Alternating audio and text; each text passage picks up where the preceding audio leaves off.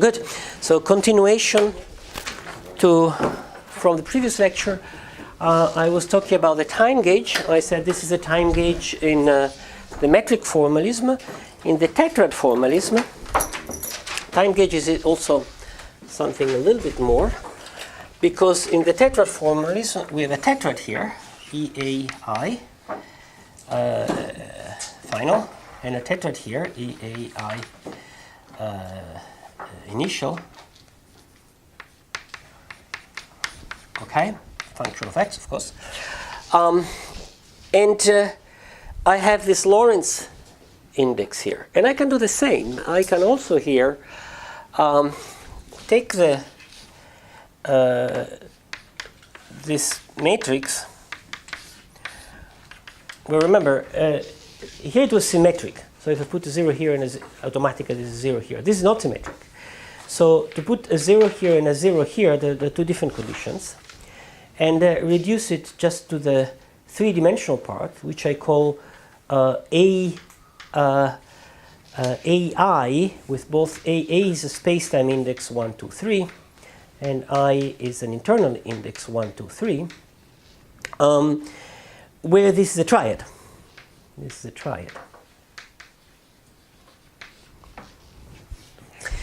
And you see, in this is a time gauge. This is again the time gauge, but it's a time gauge in the tetrad form, which is stronger because it's not only putting this equal to 1, which is called laps equal 1 condition, and this equal to 0, which is called shift equals 0 condition, but it's also orient the Lorentz frame appropriately. And how appropriately? Well, it's completely obvious. You sit on a three-dimensional surface.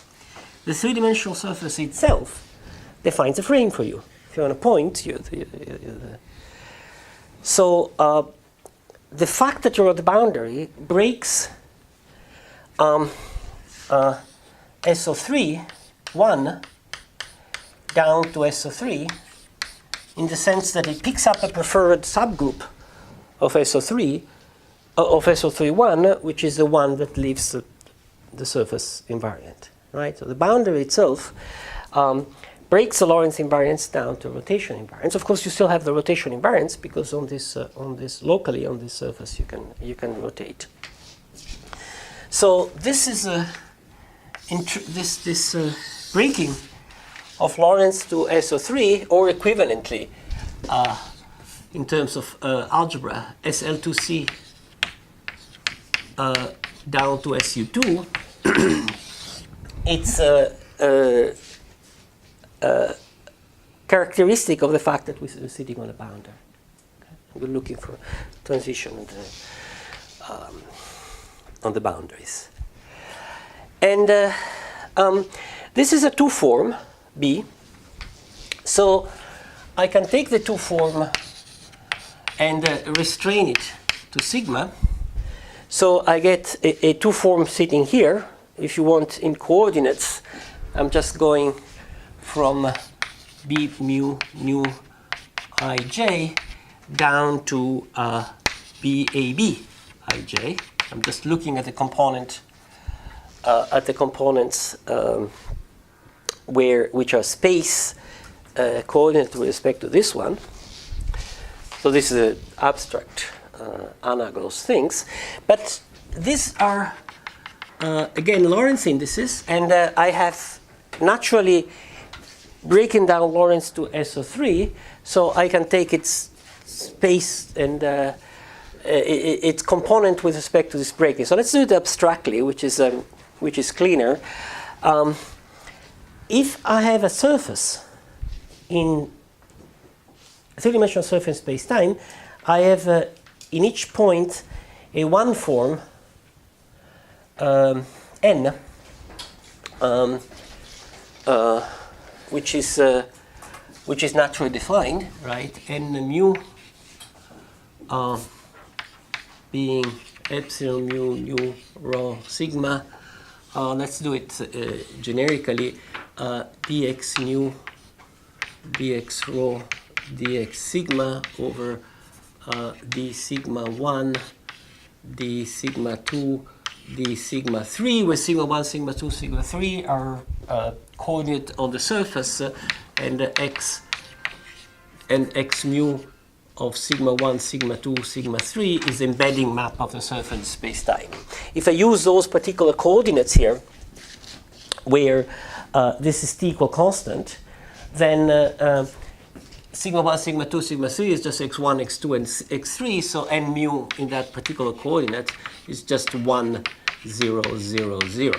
Okay, so this is the coordinate version of it, this is the absolute version of this. This is a one form, it's naturally defined in terms of that.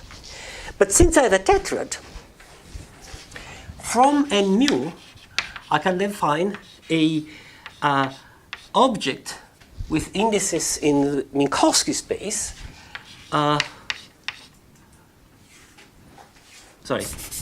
as E, I, mu, and mu. So this is geometrical object. This is a field I have. So this gives me in each point an object in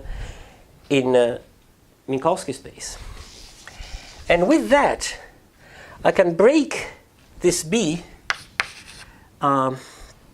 sigma ij in two parts. One being B ij and j, B sigma, and one B sigma star ij and j. And I call one of the two, of course I never remember which is which, Li, and this is Ki. And again, in coordinates, if I have these coordinates here and I work on this gauge here, then the zero component of the tetrad, if this has this form here, the zero component, I have a 0 here, so I have a 0 here, so again Ni is just 1, 0, 0, 0. I'm working this in parallel of the abstract notation and the coordinate notation. So this is just B I0, and this is B J, this is B KL epsilon KL 0 I. Okay, so I'm taking Bij, which is antisymmetric. This is L, so this is 0 on the diagonal because it's antisymmetric. L is this one, and K is this one. So I'm breaking B in if you think that this is a F mu nu, this is electric field, this is magnetic field, right? This is the 0, 1, 0, 2, 0, 3 component. This is the 1, 2, 2, 3, 1, 3 components. Is electric magnetic field. So B breaks into a electric and magnetic part because I have a Lorentz frame which separate the two. Of course, F mu nu breaks in electric magnetic only once you have a frame. If you have a different Lorentz frame, the two get mixed to one another. So breaking Lorentz down to SO3 allows you to break F mu nu into electric and magnetic part. Here you're on a boundary. You have something that naturally breaks SL to C down to SU2. So the B fields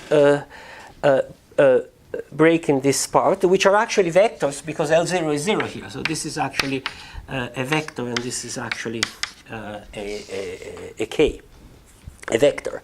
The 0 component of both are 0.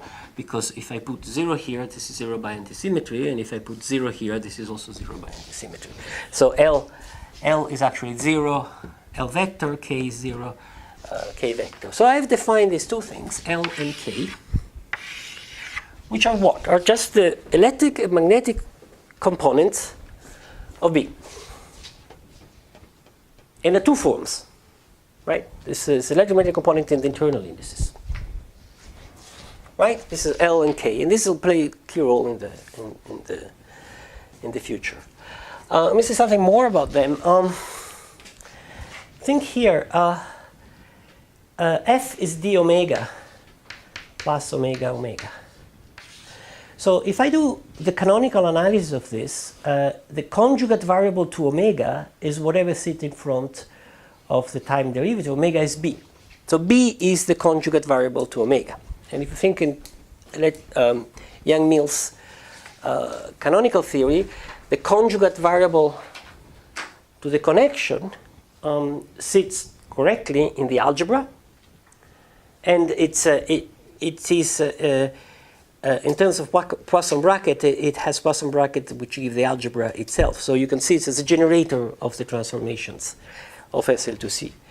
So B in the canonical theory is going to generator of transformation of SL to C, and here you have the rotations and the boosts. So this is a generator of rotations, and this is generator of boosts. Once again, the distinction between the rotation and boosts in the Lorentz algebra makes sense only if you have a preferred frame. Otherwise, you cannot distinguish rotation from boosts. You need some surface in Minkowski space to separate the two. Good. So I've defined L and K, ignoring this constraint on B. Let's see what this constraint on B implies on L and K. This is a one-line calculation, but it's worthwhile doing.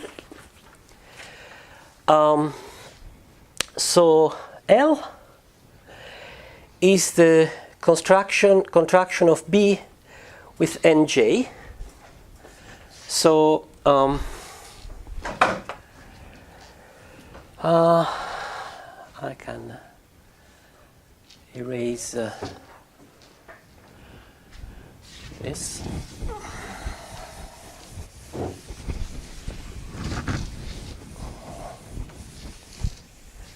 And keep this for the moment. I'll drop it. Or I can just copy this. L is B. Li is Bij contracted with Nj, and Ki is B star Ij contracted with Nj. So I can erase all that. That's the only thing I need here.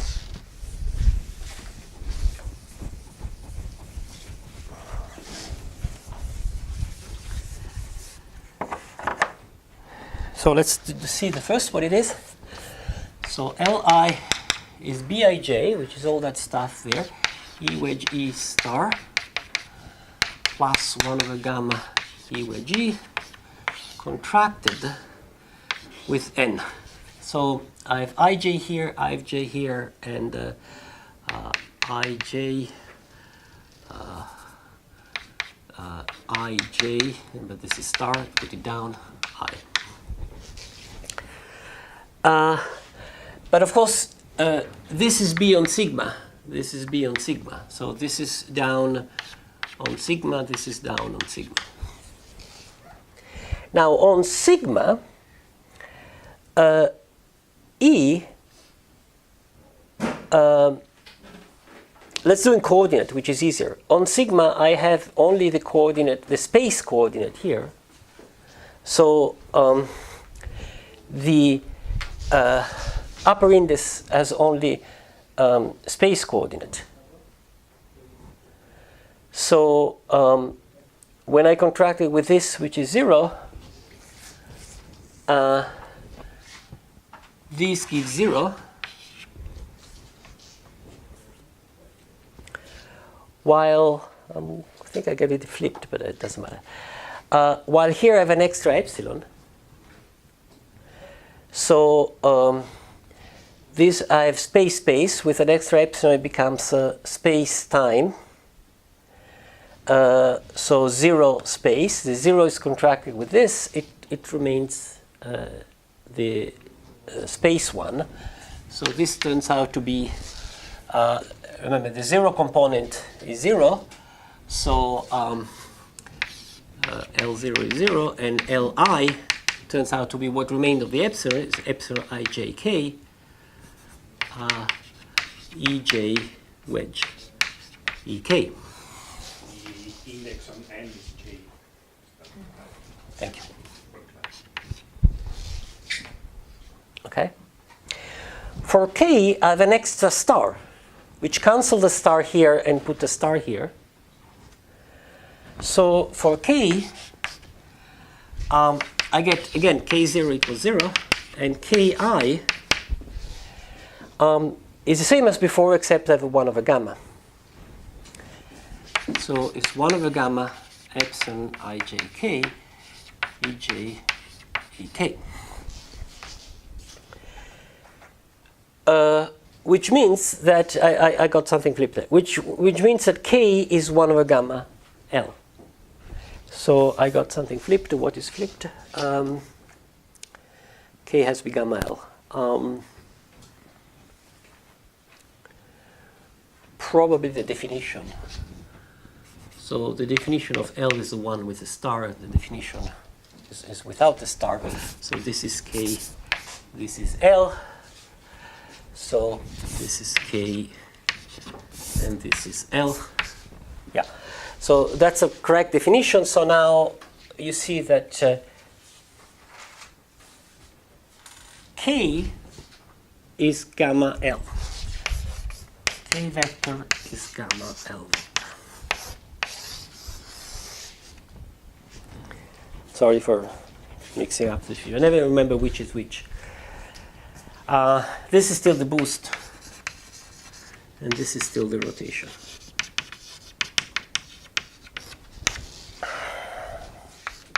So, summarizing. On the boundary, this B has an electric and magnetic part, which I call K and L. And the constraint of B is that the electric and magnetic part are proportional to one another, the proportionality constant being gamma.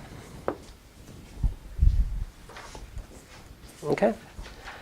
So if you want, generativity is a BF theory where on the boundary is an SL2C BF theory, where on the boundary the generator of SL2C, which are boost and rotation, are proportional to one another. That's GR. GR is a BF theory, is an SL2C BF theory. That's defined GR entirely. If I say, what is the theory whose action is SL2C BF, but the SL2C generator, boost and rotation on the boundary are related by this relation, this is GR, uniquely. So you will see that the entire construction of the quantum theory, which we start this afternoon explicitly, is based on this equation here. This equation here will be the key equation on which everything is built. But this equation, it's very interesting by itself. And I want to describe it a little bit more in detail to you, some of its properties. What do you mean exactly when you say GR is a BF theory where on the boundary they are related? I mean, if I cannot consider a space-time without boundary? Well, on the boundary, everywhere this is true, Right. in the sense that in space-time, in every point, and a given any surface, you consider it the boundary of a region, and this is happened to be true. I mean, in any 3D surface, then this In any 3D surface passing for any point of space-time.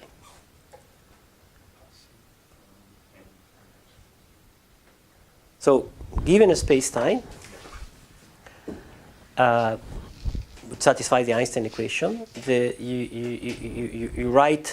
You choose a point. You choose a surface, a three-dimensional space-like surface passing through it, and you have the B field and the omega field, Right. and you restrict the B field there. You consider its electric and magnetic components, and they happen to satisfy this condition here. This is sort of trivial. What is remarkable is the opposite, is that this condition by itself seems to be sufficient to give the full theory in some sense, which I'm not being clear about, but I will say something about in a moment. But the surface needs to be a Cauchy surface. I mean, you cannot take. I mean, if you have a global spacetime, you take a surface. But this is local. I don't care about local. Locally, any surface is a Cauchy surface. Locally, Yeah, sure. for a while. I mean, before it's Cauchy development. Right. Yes. If you put the units back, does Newton's constant sit in this equation or in the BF?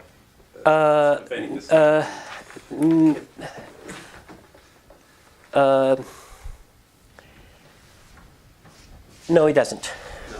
No, it doesn't. So it's in the definition of the B and the F then? It's Newton constant sits outside here. Okay. So there is an 8 pi g here, an 8 pi g here.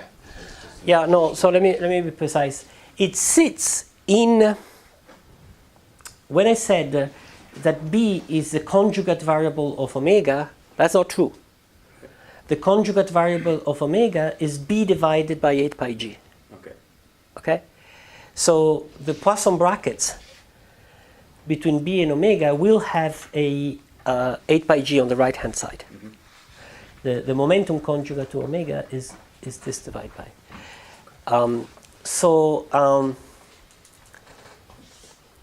In the quantum theory, this will become generator of rotation and translation, but the generator is not B, it's a momentum. Mm-hmm. So the relation between these and the generators will have a 8 pi g in it. In fact, we'll get in a moment to that. Good. So various comments about this equation. First, let me relate a little bit to something I was saying earlier. These are two forms. So two forms can be integrated on surface. So imagine I have a little triangle here, and I integrate on the triangle the two form L. Okay? What do I get? Well, this is 1/2 the integral on the triangle of EI, EJ, so I, J, K, epsilon I, J, K. And this is exactly the object we were considering in the when I did the kinematics of LQG, right? So remember that the operator, the object I call the operator that I called Li was, which I define in directly on the Hilbert space. I interpreted geometrically as the integral on a triangle of the triangulation of this quantity here. So these L's are exactly to be identified with the L operator that sits in the dual on the links of the spin network up to the 8 pi g. Okay. More precisely, if you see carefully, L is not this, is the one with 1 over gamma. So, to be precise, this L here, there is a gamma. So if I want to identify it with a conjugate variable here, I have the 8 pi g, which sits here, which I put 1 in this unit, and the gamma. So the operator L, let me put a hat to mean the one of the previous lectures, is related to this thing here by 8 pi g gamma, this thing here, e by g.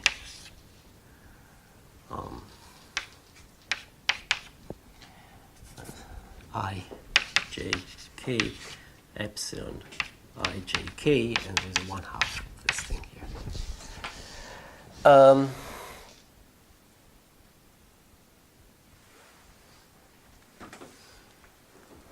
Nope, it's the other way around. 1 over 8 pi g gamma. Right. So the area, remember that the area is the square of that. This is geometrically a vector. That's what we did. Is geometrically a vector normal to the surface and whose length is proportional to the area. So the area, which is L,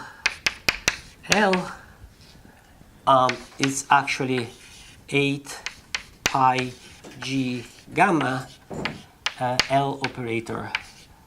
And remember that we had this quantity not fixed. Here it fixes it square. So the quantity I left indeterminate is actually 8 pi g gamma with this gamma here. So the gamma enters into the eigenvalue which we computed, because the eigenvalue of this operator here is jj plus 1, and the eigenvalues of the area, not the square, are 8 pi g h bar gamma square root of jj plus 1. I put back all the constant h bar g. So this fixes something I left open before by using exactly the Poisson bracket given by this action, and by putting back all the constant.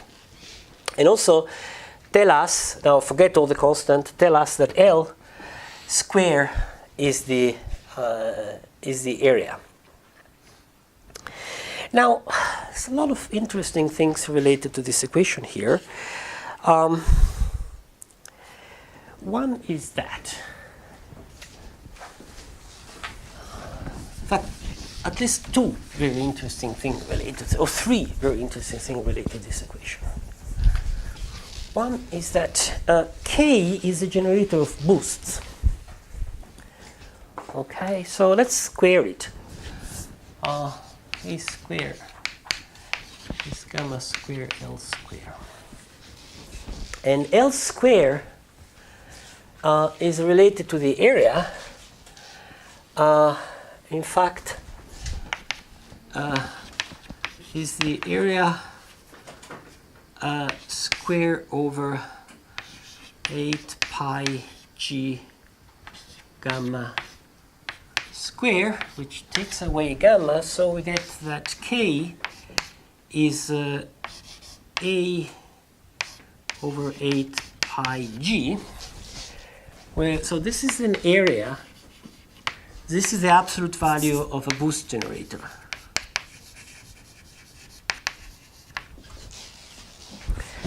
Now, there's a remarkable equation that was found by various people, but the cleanest version is by Alejandro. So his parents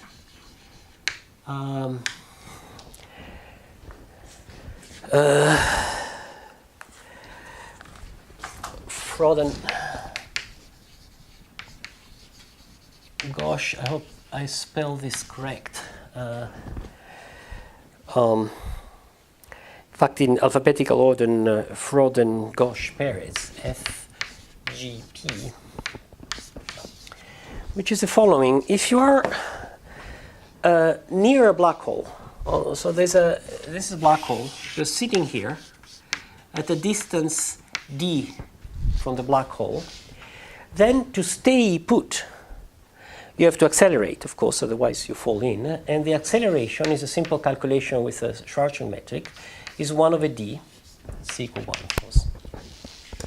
So you have an acceleration a over d. So locally you are in a Minkowski space-time, because and you are accelerating the distance d, and you're accelerating with an acceleration which 1 over d. Okay. So the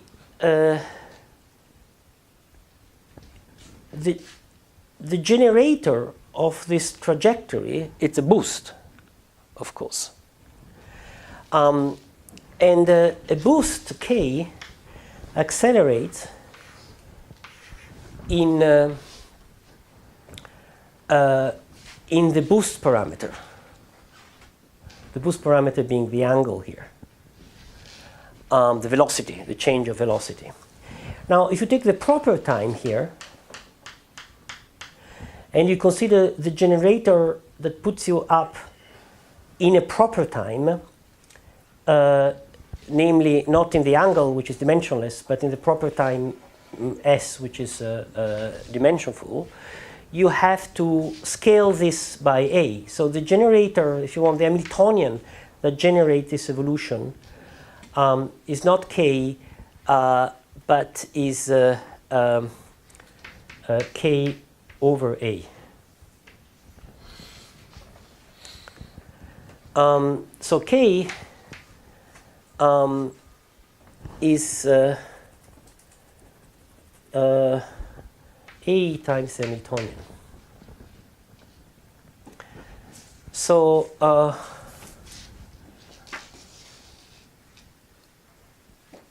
is up or down?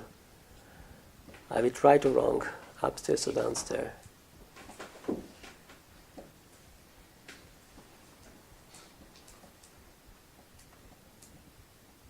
I have it wrong. This is 1 over length. This is is a k. So k is Hamiltonian over a. Which means that the Hamiltonian that generates this motion is a over 8 pi g. Now, what these people have found is that if you have something falling in, and you measure its energy, some small thing, in this frame, it falls, the area of the black hole changed by an amount dA, because an energy comes in, and the relation between dA and dE is dE is a over 8 pi g dA. So the change in the area is proportional to the amount of energy that falls in, which is a rewriting of this equation here in some funny way. In fact, it's more than that, because if you compute the ADM energy of this black hole, which is defined at infinity, okay, there's an ADM energy here, which is a mass.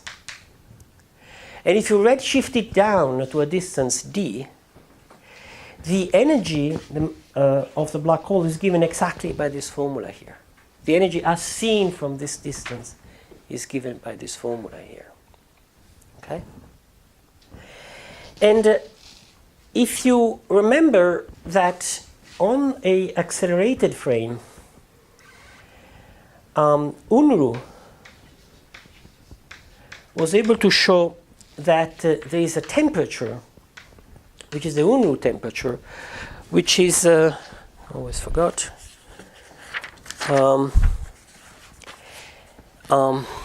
h bar times the acceleration divided by 2 pi k, k being the Boltzmann constant. And you rewrite A as a function of the temperature. Here, you get a relation between energy, temperature, and I can do it. Hope my equation turned out right. That's the only thing I don't want to erase. So using as an input the Unruh temperature, you get that the energy, so instead of A, I write T over h bar 2 pi, let's forget the Boltzmann constant, T over 2 pi h bar. The 2 pi is upstairs. 2 pi is upstairs. Make more sense. Thank you. And then I have A over 8 pi g. A over 8 pi g. So the 2 pi and the 8 pi give a 4. And I get E is T A over 4 h bar g. And if I remember that energy and temperature are related by the entropy, I get that the entropy is A over 4 h by g, which is the Becker-Hawking entropy. So this relation plus Unruh temperature gives the Becker-Hawking entropy. Now, Ted Jacobson, some 10 years ago or something like that, wrote a very remarkable paper in which he started from that and derived the Einstein equations. It's a shocking paper.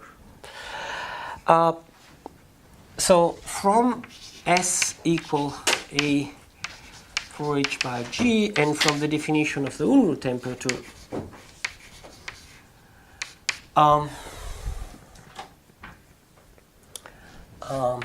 h bar A over 2 pi, let's forget the Boltzmann constant, derive the Einstein equations.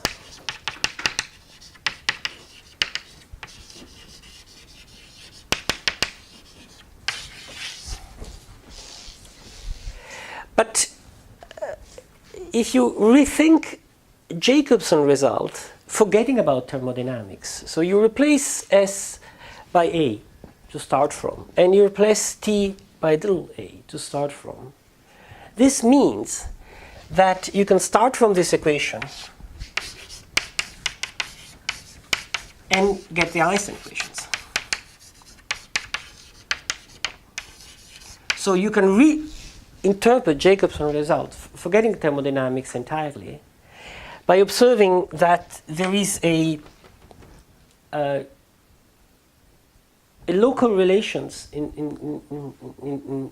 the geometry between an area element and an acceleration, which codes in some funny way the Einstein equations. I'm being sketchy here. There's nothing precise in this last part. In fact, I don't have clear understanding of what is going on here. But I think there's something crucial here. There is another interesting piece of information, which is by Baetz. You know,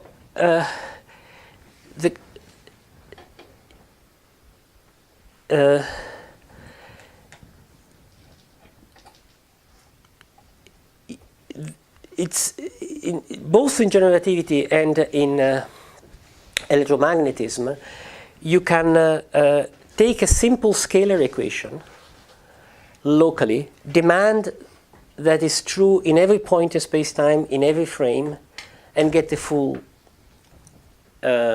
equations, Maxwell equation or Einstein equation. John Baetz has a nice paper on that. The trick, of course, is that you're fixing the kinematics and you're imposing all the invariances.